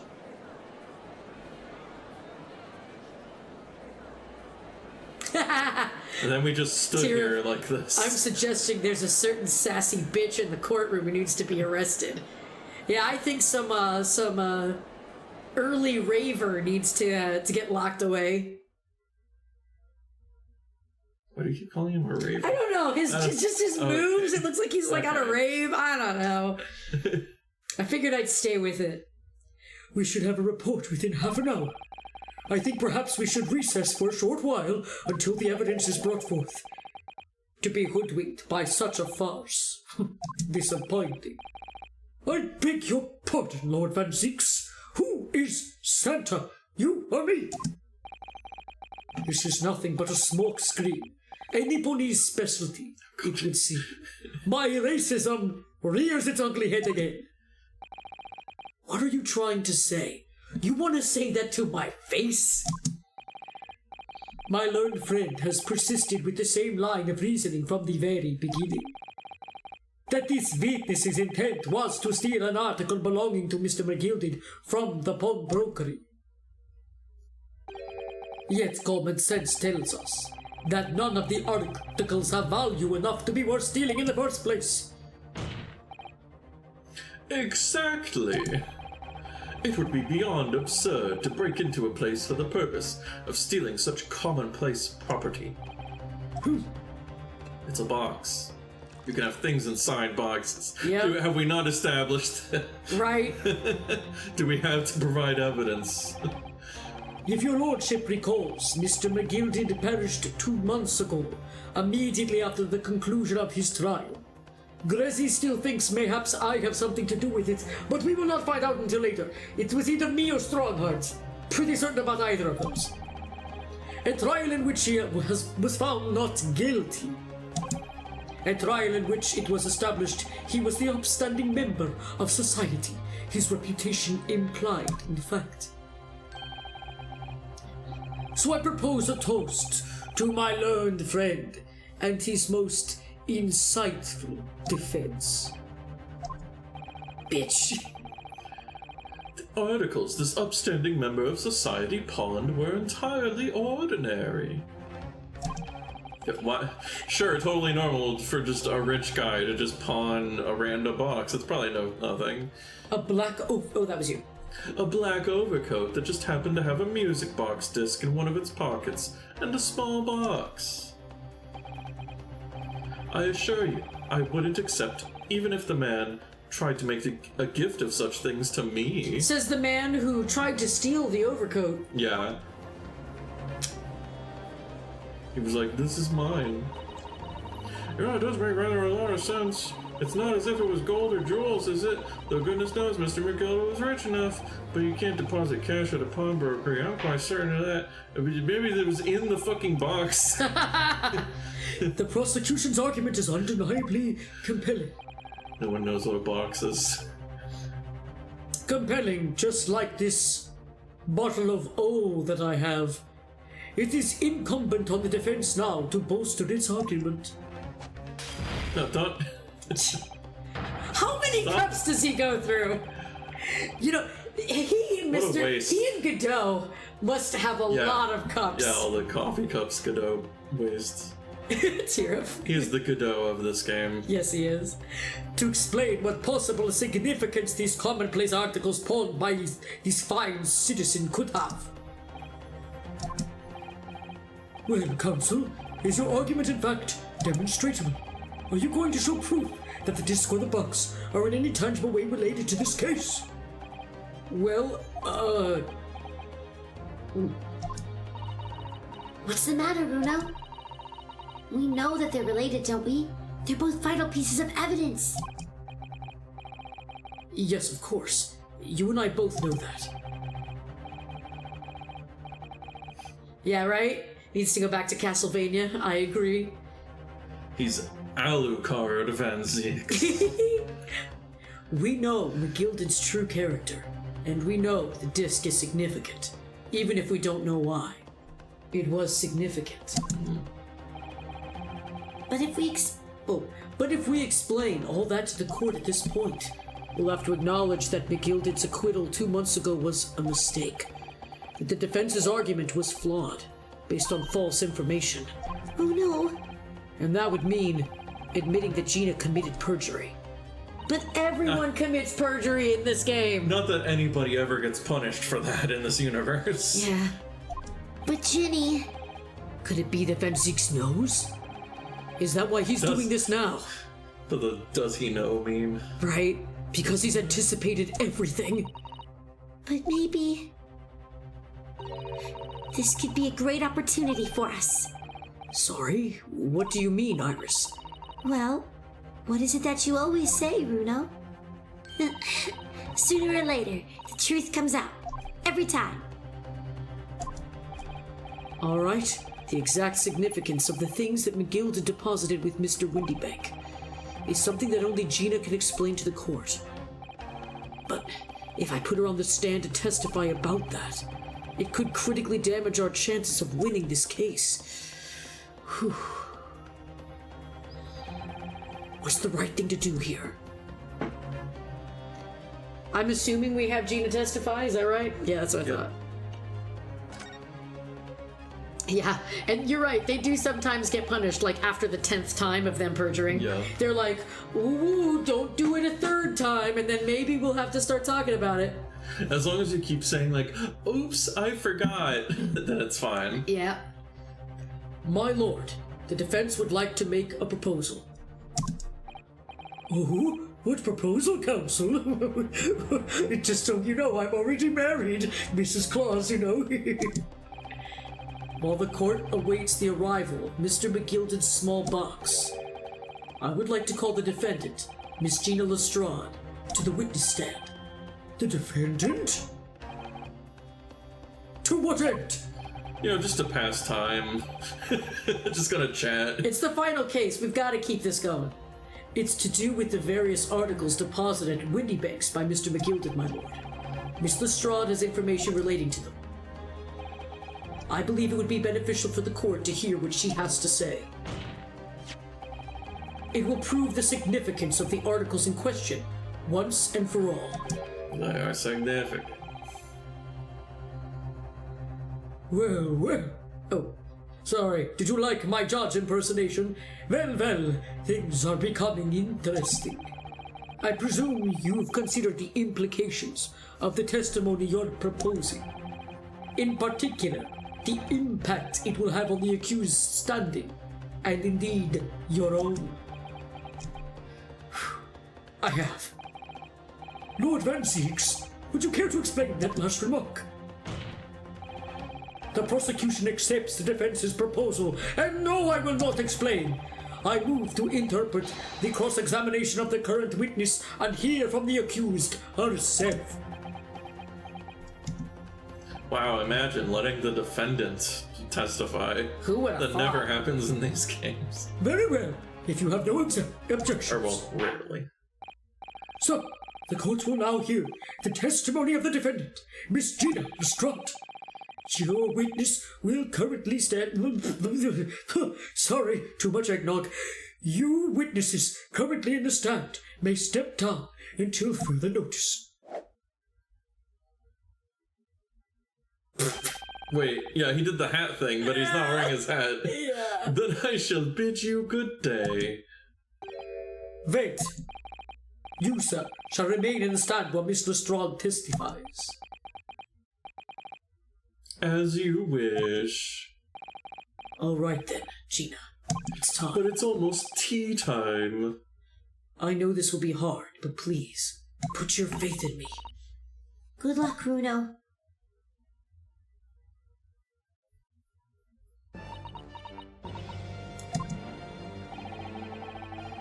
The articles that Mr. McGilded had deposited in Windybank's pawnbrokery are intimately related with the omnibus case, the trial of which was heard in this courtroom 2 months ago. Yes, and I remember this young lady being brought before me in that trial as well. That's right, my lord. Her testimony helped to establish the innocence of the defendant, Mr. McGilded. The omnibus case was intriguing, to say the least. And now here we are all again, the same players in that trial facing each other once more. A twist of fate, perhaps, my Nipponese friend. Allow me to recap the events of 2 months ago. An old brickmaker was stabbed to death in an omnibus running along London's winter streets. Apart from the victim, there was only one other person in the carriage, Mr. McGilded. Naturally, he was the prime suspect for the murder. But as the trial progressed, another possibility emerged. That the murder, in fact, took place above the defendant's head, on the roof deck, with the body then being dropped through the skylight into the carriage below. I'm glad they're recapping, because I forgot all of that. It was Miss Lestrade whose testimony brought that possibility to light. At the time of the incident, Miss Lestrade was concealed under a seat in the carriage, hoping to pick the pockets of unsuspecting passengers. Then, immediately after the trial, having been acquitted of the murder, Mr. McGilded died in this very courtroom in the most extraordinary of circumstances. You could say karma is a bitch. A mystery that remains unsolved even now, 2 months on, as indeed does the omnibus murder itself. Be that as it may, I recall neither the disc nor this small box being mentioned in the course of these proceedings. Miss Lestrade, would you tell the court now, please, what really happened in the omnibus 2 months ago, I mean? I don't know what you mean. I already told all what I know. And what about everything you told us yesterday from inside your prison cell? Please, Miss Lestrade, this is extremely important. But... Remember, little girl, if it transpires that you willfully held information in the trial 2 months ago, the Home Office will seek to prosecute you for perjury. The one and only time we've ever really done that. And naturally, you will lose all credibility as a witness. Although, let's face facts, you have little credibility to lose. Ginny, don't listen to him. Please, you have to trust Runo now. Iris! We're on your side.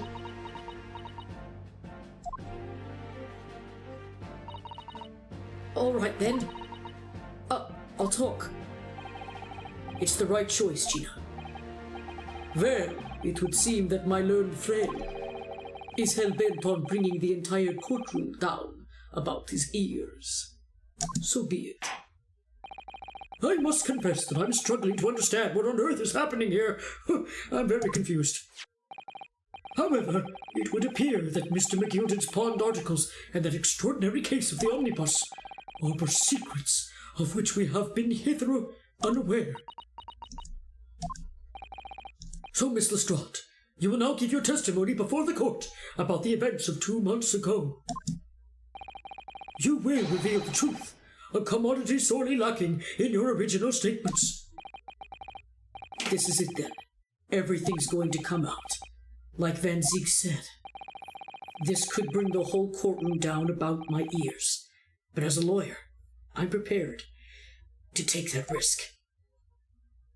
I think, personally, if she says that she was threatened, like she was threatened upon death, not to say anything, I don't know. I think that would kind of make her case a little more like, granted, yeah, would people not believe her? Maybe, but, still. Be like, sorry, I didn't say anything because I was going to get killed if I did.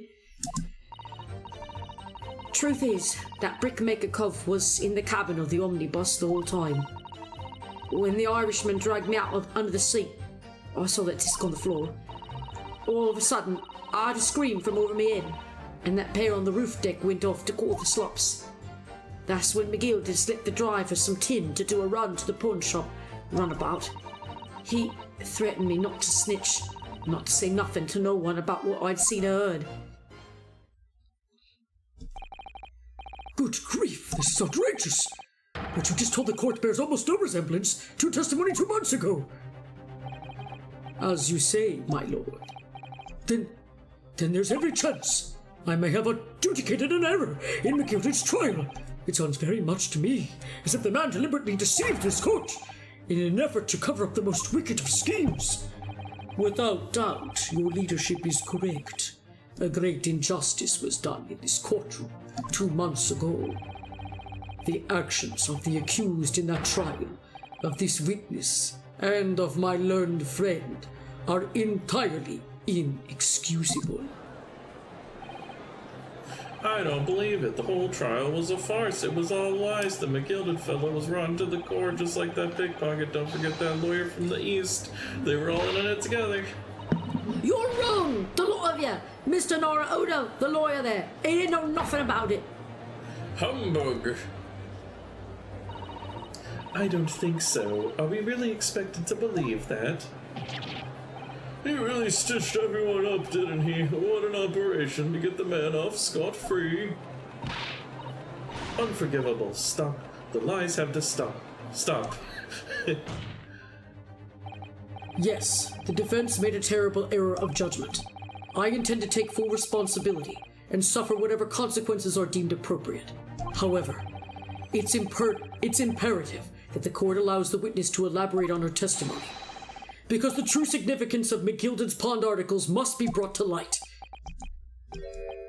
Very well, my learned student friend. Oh wow, he stopped being racist for half a second there. Given the depths of calamity you've just plunged yourself into, this may be worth hearing. Words fail me. This situation is utterly deplorable. Naughty, naughty, naughty list. Mr. Naruhodo. Yes, my lord. I will decide upon your fate following the conclusion of this trial. Of course, my lord. Blimey, Mr. Naruhodo. Now, counsel, proceed with the cross-examination.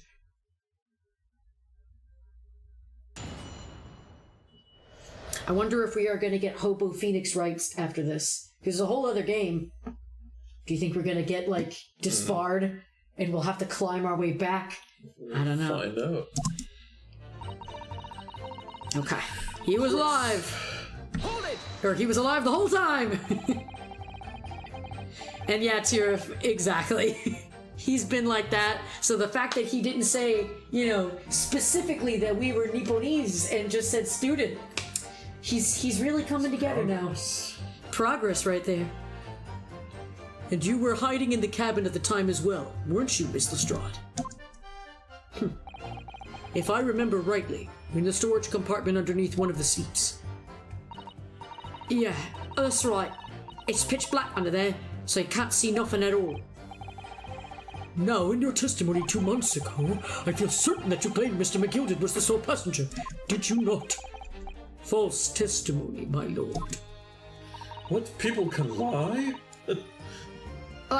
That's what he told I had to say. But it's important that you tell us the truth now. Were Mr. McGilded and the victim acquaintances? I dunno. But I did hear him talking a lot. What were they talking about? Well, I couldn't hear too well, but if I had to say, I think it was about money or something. They kept talking about buying and not buying. Perhaps business dealings of some kind. Well, anyway, they got louder and louder. It started to sound like a proper fight. I was pretty scared by then. I hardly dared to breathe. And then, all of a sudden, I heard a noise like someone keeling over on the floor. It was blooming loud and all. And I believe you let out an involuntary scream. Yeah, that's what gave me away.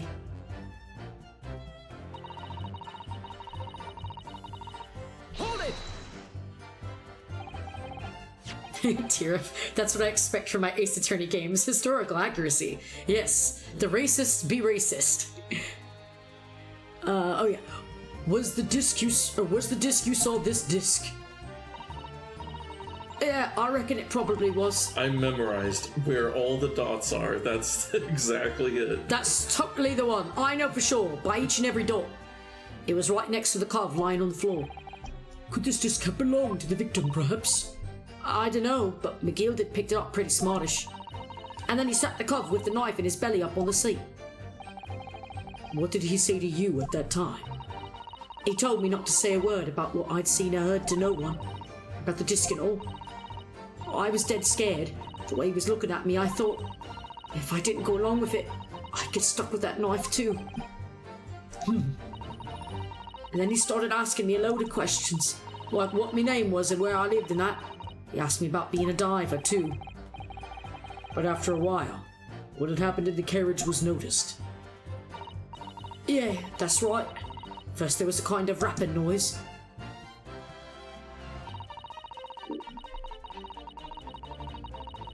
Hold it! There were 2 gentlemen occupying the seats on the roof deck, I believe. That's right. They must have looked down right through the skylight and noticed the cov with the knife in his guts. When they screamed, the driver pulled up the hoses and McGilded and me got out of sight.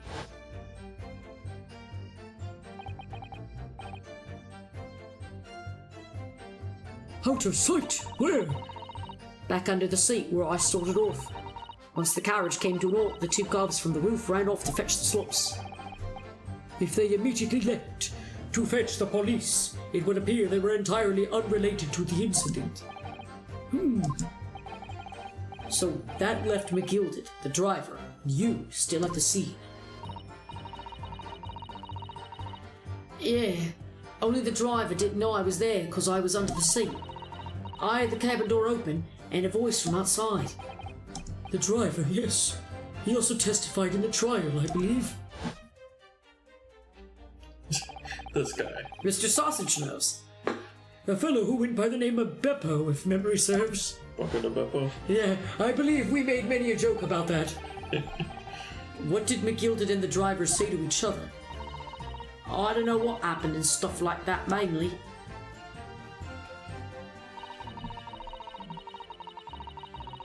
Hold it! That pawn shop obviously being Windy Banks on Baker Street. Just a moment, Counsel. Do you mean to tell me that the driver gave false testimony in that trial as well? Perhaps that excursion to the pawnbrokery slipped his mind when he was in the stand. Indeed, Lord Van Six. McGilded took off his coat and gave it to the driver. He folded it up all careful-like before handing it over. When I saw him do that, I remember thinking, that coat and what's in it's got to be worth a few bob. Yes, Gina was sure the disc must be worth more than Mr. Windybank was suggesting, wasn't she? I remember her quibbling with him over the price that afternoon at the pawnbrokery. The driver looked pretty happy when McGilded flashed some brass in his face. He went running off a tick. Then the bog trotter called me and told me to come out from the drag's cabin.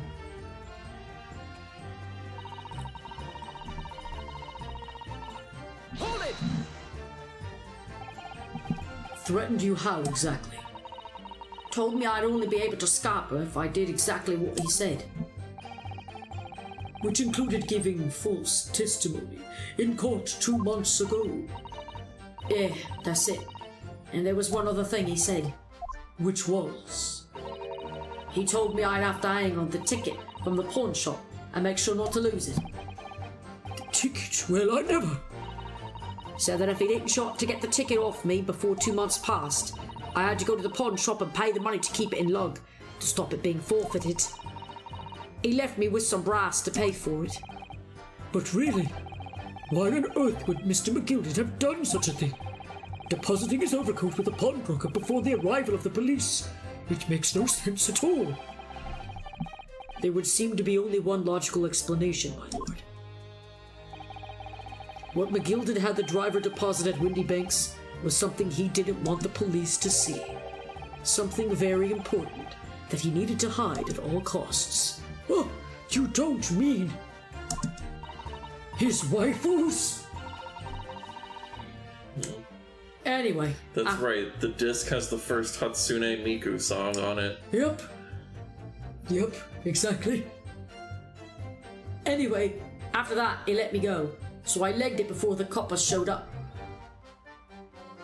I thought it was supposed to have music on it, and was all like, oh yeah, it's got pictures of his waifus on it. Like anime waifus. But that was better. Good job, babe. Yeah. Good save. Well done, Gina. It can't have been easy to tell the truth like that. Ginny's really put her faith in you, Runo. Yes, and to thank her, she'll have to face a charge of perjury once this trial's over. So I need to use the time we have now to get as much information out of her as possible. It's time to really go for it. Press her on every statement.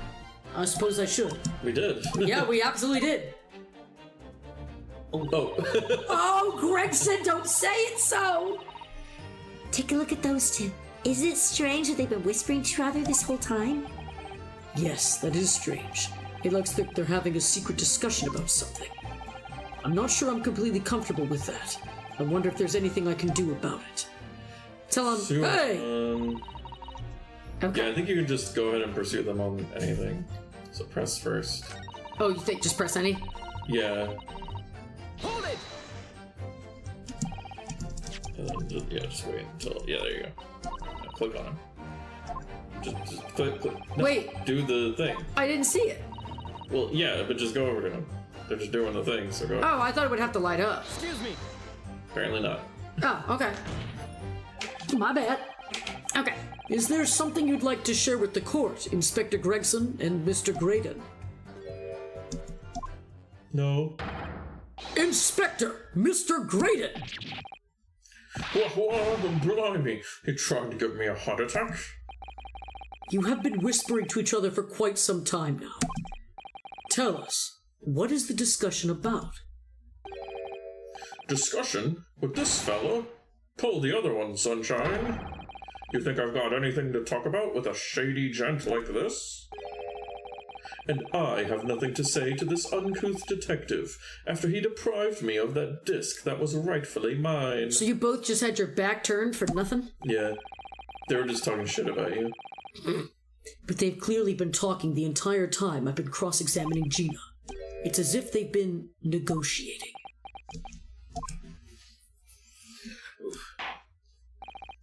Thank you, Miss Lestrade. Thank you, Counsel. I've heard enough.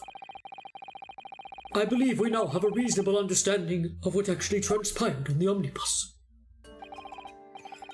It would appear on that night 2 months ago, a negotiation was taking place on the omnibus. A negotiation concerning this disc. However, matters did not run smoothly. When the parties involved began to quarrel over price, McGilded took what he wanted by force, at the expense of the other man's life. Which proves my point. The disc is clearly extremely valuable in some way, although I don't understand why as yet. And 2 days ago, precisely 2 months after the omnibus incident, McGilded's cult and its contents were doomed to be forfeited. I didn't know what I should do with the ticket. I mean, the cov died right after his trial. I knew that. So you decided you would try to claim the articles as your own. Well, why not, eh? They were only going to be forfeited. Why shouldn't I have got them? Anyway, you can't blame me for thinking about it. Thinking ain't no crime. Mr. Strut, it would appear Mr. McGilded was prepared to kill in order to take possession of this disc. Do you know why that would be? I ain't got a clue. But I reckon it must be worth a fair bit of brass. He was probably going to sell it. And can you blame me for and you can't blame me for thinking that. Thinking ain't no crime.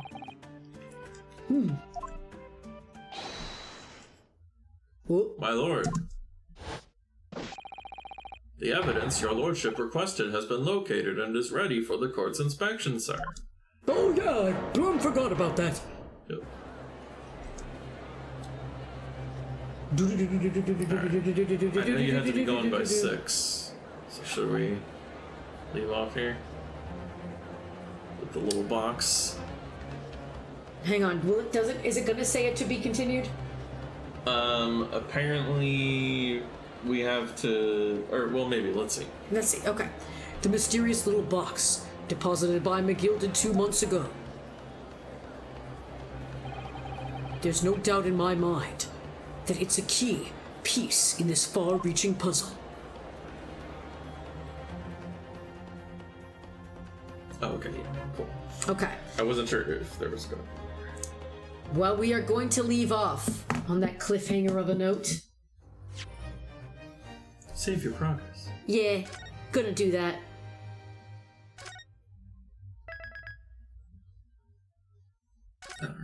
Alright. So now, let us go find someone to raid. We've been raided so many times today. It would be inappropriate not to. We've got Verdant. Oh, Danny is also streaming. Let's stream, or let's go see Danny. I don't think we've sent anybody to Danny in a long time.